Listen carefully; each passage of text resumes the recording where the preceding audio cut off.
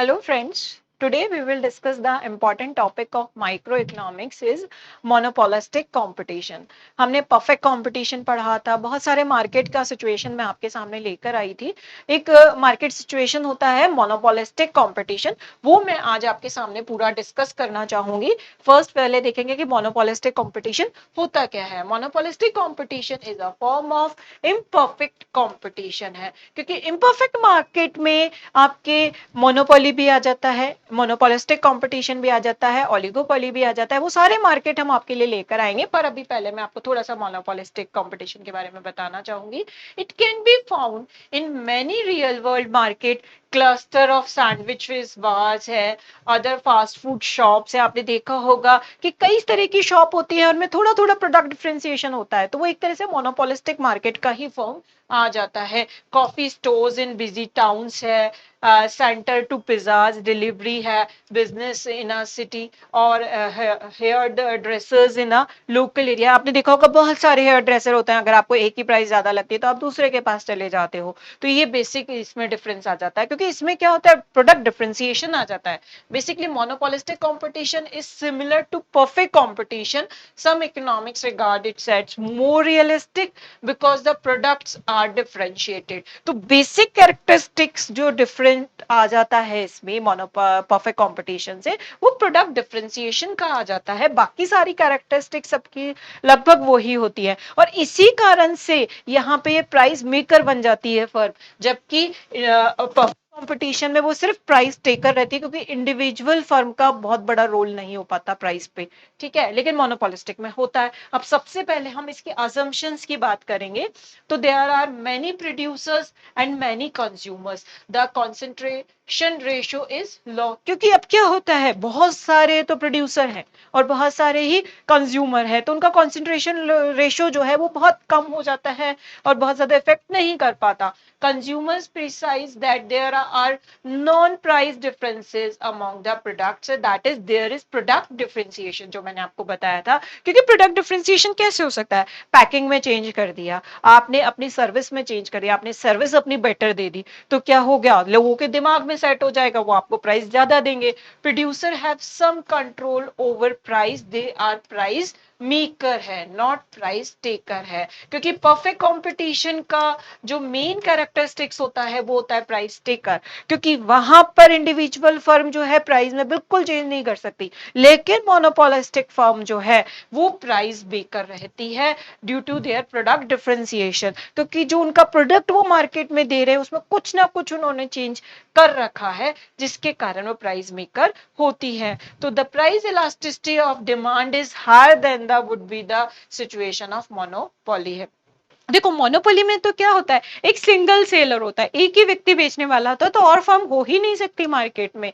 Like अगर हम Indian railways की बात करें, वैसे तो वो गवर्नमेंट के अंडर में है, लेकिन अगर हम देखें कि अगर हमें कहीं जाना होगा तो आप जरूरी नहीं है फ्लाइट का टिकट हर कोई वेयर कर पाएगा, तो आप रेलवे को यूज करोगे ही करोगे. तो वो एक तरह से क्या हो गया, मोनोपोली हो गया, यानी एक ही व्यक्ति उसको देने वाला है, यानी गवर्नमेंट देने वाली है. गवर्नमेंट जरूर, वो बात अलग है कि गवर्नमेंट वेलफेयर गवर्नमेंट होती है, बट फिर भी उसका एक तरह से कह सकते हैं मोनोपोली है. पहले आपने देखा होगा स्टार्टिंग में जब न्यूज़पेपर लॉन्च हुए थे तो पत्रिका ने मार्केट में बहुत ज्यादा मोनोपोली कर रखी थी, फिर मार्केट में भास्कर आया, उसने उसका मार्केट तोड़ दिया था. पर ऐसा बहुत कम होता है, वो मार्केट में घुसने ही नहीं देता है किसी को.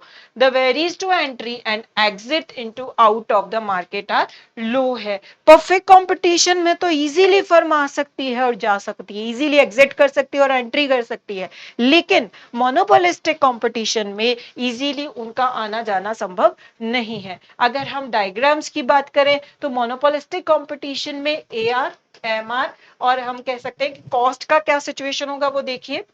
यार कैसा होता है, डाउनवर्ड होता है according to law of demand curve, लेकिन ये कंपैरेटिवली ज्यादा इलास्टिक होता है एज कंपेयर टू मोनोपोली. क्योंकि मोनोपोली में क्या होता है, थोड़ा सा इनइलास्टिक हो जाता है, लेकिन ये थोड़ा सा इलास्टिक फॉर्म में होता है, क्योंकि यहाँ पर फर्म ज्यादा है, वहां पर तो एक ही फर्म होती है, तो उसका पूरा डिमांड पर कंट्रोल होता है, प्राइस पर कंट्रोल होता है. लेकिन यहाँ पर ये कैसा है, डाउनवर्ड तो रहेगा ही रहेगा, क्योंकि प्राइस पर कंट्रोल है यहाँ पर. फिर उसके साथ साथ एमआर जो है, according to AR MR relationship, MR उससे नीचे रहेगा। आपने देखा होगा रेवेन्यू में, उसके अकॉर्डिंग होगा ये। फिर हम बात करते हैं equilibrium price and output determination in monopolistic competition में, कि कैसे आउटपुट का जो प्राइस है वो डिसाइड होता है। हमने देखा था कि इक्विलिब्रियम प्राइस जो होता है या इक्विलिब्रियम जो होता है फर्म का, वो कहाँ होगा, जहां मार्जिनल रेवेन्यू इक्वल होगा आपके मार्जिनल कॉस्ट के। तो यहाँ पर देखिए कि यहाँ एमआर जो है वो मार्जिनल कॉस्ट को कहाँ कट कर रहा है, तो यहाँ पर एक तरह से कह सकते हैं फर्म का इक्विलिब्रियम होगा। और यहाँ पे फर्म का जो इक्विलिब्रियम आउटपुट है वो ये रेंज हो गया, यानी OQ1 जो है फर्म का इक्विलिब्रियम आउटपुट हो गया, और फर्म का इक्विलिब्रियम प्राइस क्या हो गया, OP1 हो गया। ठीक है, तो ये हो गया फर्म का इक्विलिब्रियम आउटपुट और प्राइस। आपसे डायरेक्ट एग्जाम में कई बार मोनोपोलिस्टिक कंपटीशन में प्राइस एंड आउटपुट डिटर्मिनेशन पूछ लेते हैं, तो उसके लिए ये डायग्राम आपके लिए मोस्ट रेलिवेंट डायग्राम हो जाएगा उसके लिए।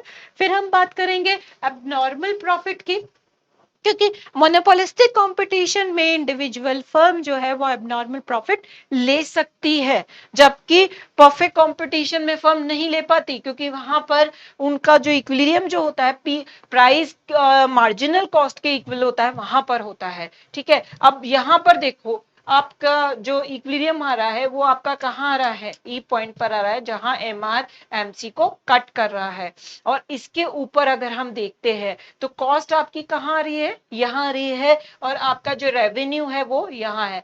सपोज ये आपका ये मैं सी पॉइंट बोल देती हूँ इसको, तो यहाँ पर हम कह सकते हैं per unit profit, per unit profit of monopolistic firm कितना हो जाएगा, ये आपका ई सी हो जाएगा। और टोटल प्रॉफिट, जिसको मैं टीपी से शो कर देती हूं, टोटल प्रॉफिट क्या हो जाएगा आपका, C1 P1 C और आपका E। तो यानी यहां पर हम कह सकते हैं मोनोपोलिस्टिक कंपटीशन में फर्म को एबनॉर्मल प्रॉफिट हो सकता है इन शॉर्ट रन। ठीक है, क्योंकि शॉर्ट रन में ही हो सकता है, लॉन्ग रन में तो क्या होता है, और बहुत सारी जो फर्म है इसके अंदर आ जाती है और वो इसका जो प्रॉफिट होता है उसको खत्म करने की कोशिश करती है या कम करने की कोशिश करती है। इसके अलावा हम बात करेंगे identify 3 factors that affect the pricing power of an individual firm in monopolistic competition में जो इंडिविजुअल फर्म होती है उसका प्राइसिंग में क्या रोल रहता है वो भी देखना जरूरी है।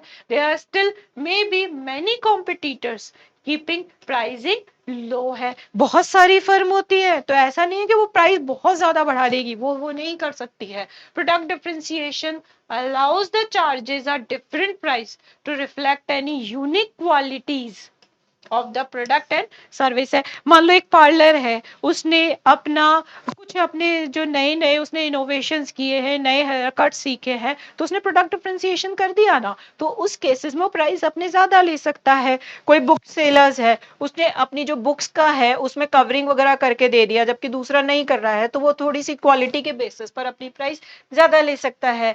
इसके अलावा barriers to entry and exit of the market low, so this requires firms to price competitively है।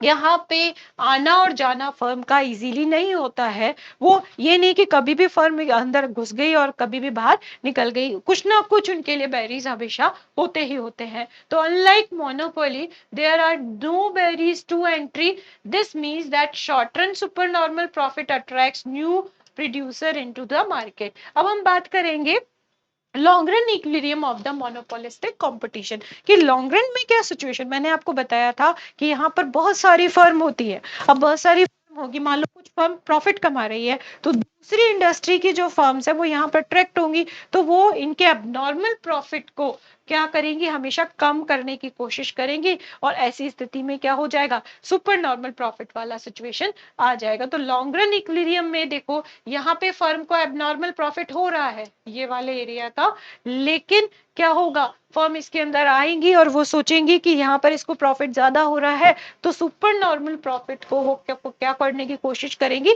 कम करने की कोशिश करेंगी। तो as more firm enter the market the demand curve facing any existing firm move to the left, और ऐसी स्थिति में क्या होगा, डिमांड कर्व आपका नीचे शिफ्ट होता चला जाएगा। जैसे जैसे फर्म बढ़ती चली जाएगी तो डिमांड कर्व नीचे की तरफ शिफ्ट होगा और ऐसी स्थिति में जो है आपका एबनॉर्मल प्रॉफिट जो है वो क्या हो जाएगा, नॉर्मल प्रॉफिट के फॉर्म में कन्वर्ट हो जाएगा। तो ऐसी स्थिति में फर्म को हमेशा क्या मिलेगा, नॉर्मल प्रॉफिट वाला सिचुएशन ही रहेगा। तो the demand curve continues to move left until its tangent to the AC curve. तो ये कब तक चलेगा, जब तक ये एसी कर्व को टेंजेंट नहीं कर लेता। तो at this point firms at this point for profit maximizing level of output because MR is equal to MC but it is making normal profit यानी AR is equal to AC है। क्योंकि तीन तरह की सिचुएशन हो सकती है, एक तो हो सकती है AR is equal to AC, यहां पर क्या होता है, लेकिन आपका AR ग्रेटर देन AC था तब क्या था, अगर आपका AR लेस देन AC होता है तो वो लॉस वाली सिचुएशन होती है। तो यानी अब नॉर्मल से हम कहां पहुंच गए हैं, नॉर्मल प्रॉफिट वाली सिचुएशन पर पहुंच गए हैं, जिसमें जितना भी उसका प्रॉफिट हो रहा था उसको हमने एक तरह से क्या कर दिया, कंज्यूम कर दिया। इसके अलावा कुछ चीजों में हम लोग कंफ्यूज हो जाते हैं कि मोनोपोलिस्टिक कॉम्पिटिशन क्या होता है और परफेक्ट कंपटीशन क्या होता है। तो एक कंपैरेटिव टेबल में आपको एक बार समझाना चाहूंगी।